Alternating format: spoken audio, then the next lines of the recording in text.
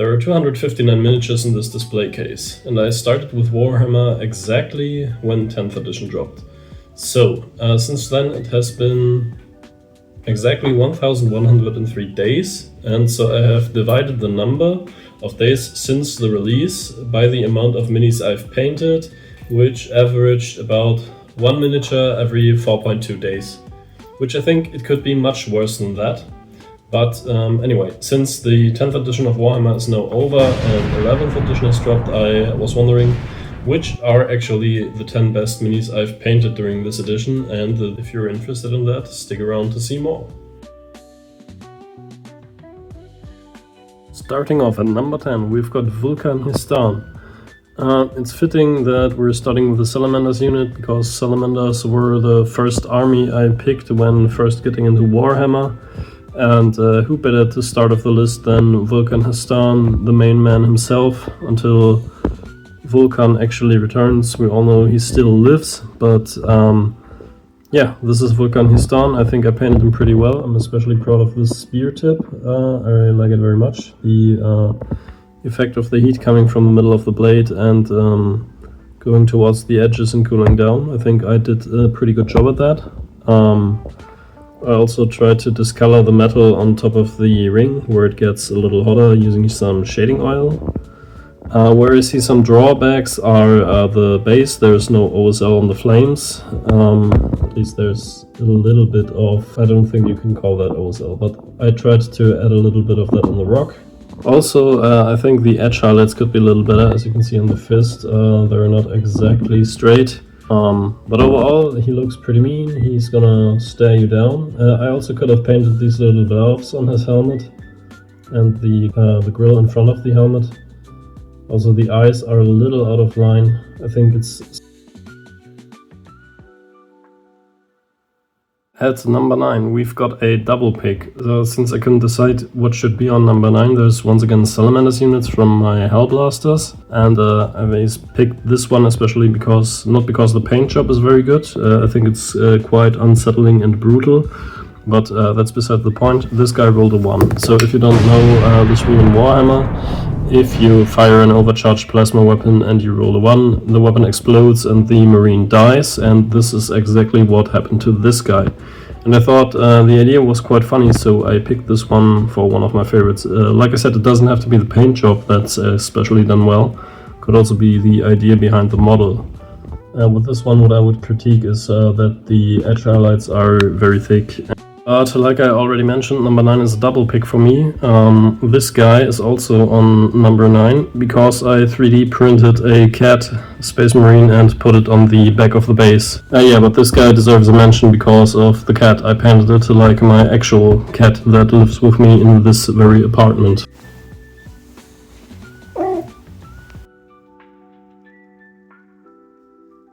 At number 8, we've got this company hero, also once again a Salamanders unit, which I really like. All of the company heroes are pretty cool, but I picked this one because I like the banner. But what you might have already noticed is that I didn't write anything on it because my handwriting doesn't look great, especially with a brush. It's horrible, and I asked my girlfriend to do it. She said she would, and now we're here. Yeah, I like this guy's helmet, I like the overall model, I like the pose. Only thing I would critique is that the base is a little boring, so I didn't add very much detail to the base. There's just this one skull, and I seem to have painted the rock white as well, which it shouldn't be, and once again the edge highlights are a little thick. Yeah, but overall I really like this model, I think it's cool. I play the company heroes in almost every match, so these details don't go unnoticed. Okay, so you might not believe this, but for number 7 we've got another Salamander Space Marine, but this one is a named character. Well, sue me, I like salamanders, what can I do? Zakan, I think is how you pronounce that. He's from this one animated series where he's fighting a bunch of Necrons. That's why there's a dead Necron under his boot where he belongs, and also in the series he got his arm cut off by a, I don't know what that unit is called, the one with like the big knife hands. runs around. I think there are also flayed ones of that. The local game store I play, it has some with maracas and sombrero heads. That's probably not much help to identify the unit. I'll put a picture of it up when the video is there. Yeah, he's from that animated series. I think I did a pretty good job. I wanted to paint him in a way where he returns as a Sternguard veteran. So this is usually also what I play him as. Yeah, like I said, the metal arm, just like in the series where it got cut off. I tried to picture the dragon on his shoulder pad with the colors, and the Necron is a nice touch. Also, I tried to match his face because his face is also scarred. I'm shaking quite a bit. Maybe I should get checked if I have Parkinson's. Yeah, I think I did a pretty good job at picturing Sakan, and I think it's always fun when you can picture a unit from a video game or a series on the tabletop. One thing I would critique is that I was not at the stage where I removed mold lines yet, and this was a free mini of the month. And in for 6th place we got this Salamander's Dreadnought, Redemptor Dreadnought with a plasma gun, of course fully magnetized. If I ever wanted to pick the other options I would, but the plasma gun is a lot of fun. It could make you explode yourself, which is always a nice bonus, and it deals a lot of damage, so that's why I pick it, and it looks cool. Otherwise, yeah, also the arms are fully movable, which I also like. This one tends to fall off, but that's not the point. With this one, I even painted the name. This guy is named Vrakis, because I like the VR, kind of sounded Salamander-esque to me. He's got a bunch of nice, neat little details, like this Salamander's Legion number and also another number, because he's Dreadnought number 1, at least in my heart. Also, the sarcophagus is fully painted, so if I quickly pull this up, you can see every one of those cables is painted, and the sarcophagus itself is too, as well. I think my English might be a little rusty, but overall very solid model. Once again, neat little flames. Also says Salamanders on top, in case you couldn't tell which legion this guy belongs to. So at number 5, halfway through the list, we've got this very standard Plague Marine from the Death Guard.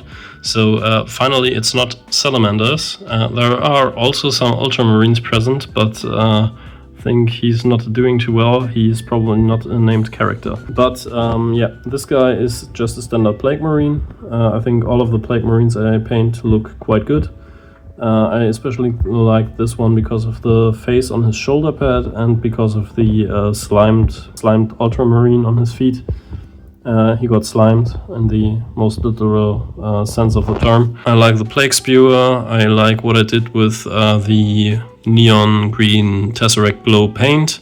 With my Death Guard I also like to put some of the some gloss varnish on the meaty parts, so everything that's like slightly disgusting and wet, that's varnish, like with this gnawing wound and these tubes of flesh in his helmet. Also with my Death Guard I like to add a little bit of rust effect paint on some of the copper areas, like with this shoulder pad. And with my Death Guard I think I've also gotten a lot cleaner with the edge highlights, as you can see on this armor right here. Overall, pretty good model, very solid. It just didn't end well for the Ultramarines this time. I think I painted this guy while listening to the Plague Wars audiobook, so that might be why I was inspired to do something like this to a blueberry.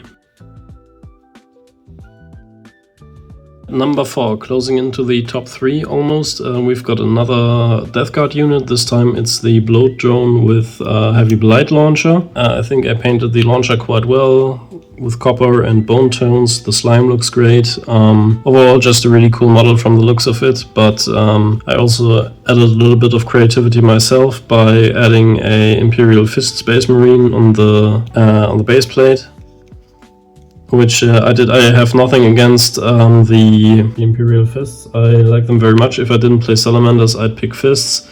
But a guy I sometimes play against uses Imperial Fists, so that's why I had to modify my bases a little bit. Yeah, otherwise, once again, it's disgusting, it's fleshy, it's full of slime, and little details like these flies, these pustules of God knows what. And yeah, overall I'm just very happy with this model, and also the edge highlights are quite nice on this one. The only critique I have is that I kind of dented his horn. I think during transport to one of my games this might have happened. Otherwise, I think he looks great, so... Okay, at number 3 we've once again got a Salamanders model. Like I said, sue me, I like Salamanders. But yeah, this is the captain with relic shield. I usually just proxy him as a regular Blade Guard veteran, but it's a great model. The shield with the skeleton in front of it, just awesome modeling. Yeah, with some of these it's hard to tell whether the model is just good or if I did a great paint job, but I think with this one it fits both. Once again, that Necron, I really like the snow effect. It doesn't really fit into the theme of the other base plates I've got going for the Salamanders, but I don't care, this guy is just cool. Get it? Because of the snow. I think I did a great job painting him. I like names.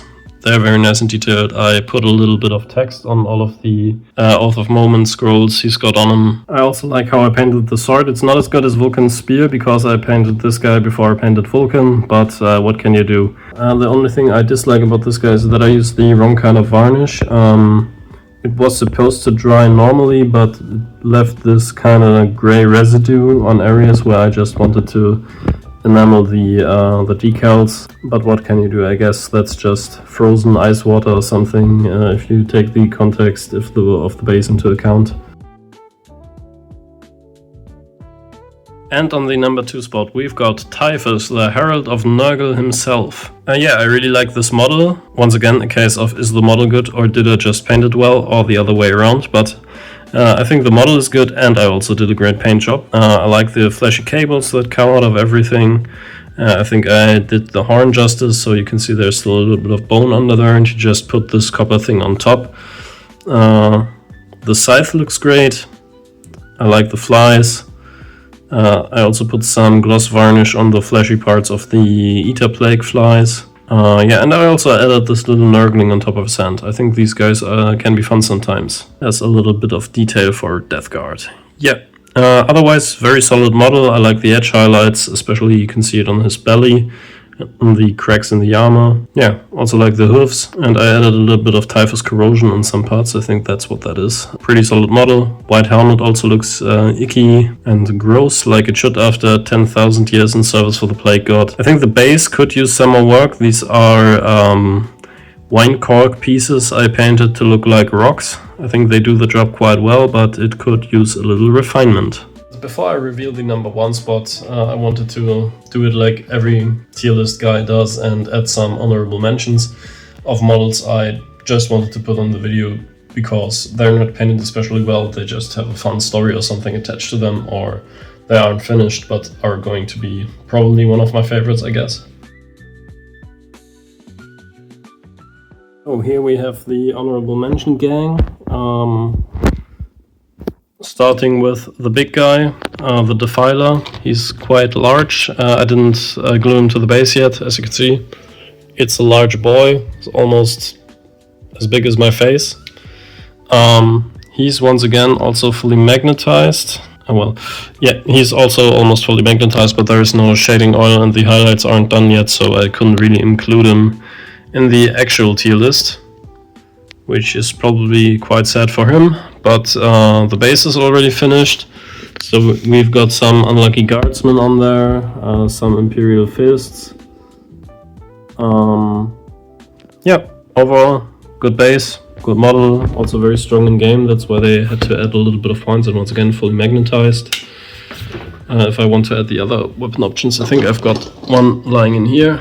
The whip, I painted it to look like spine, or multiple spines, I guess. Yeah, great model. And the other honorable mentions, this is the first guy I ever painted.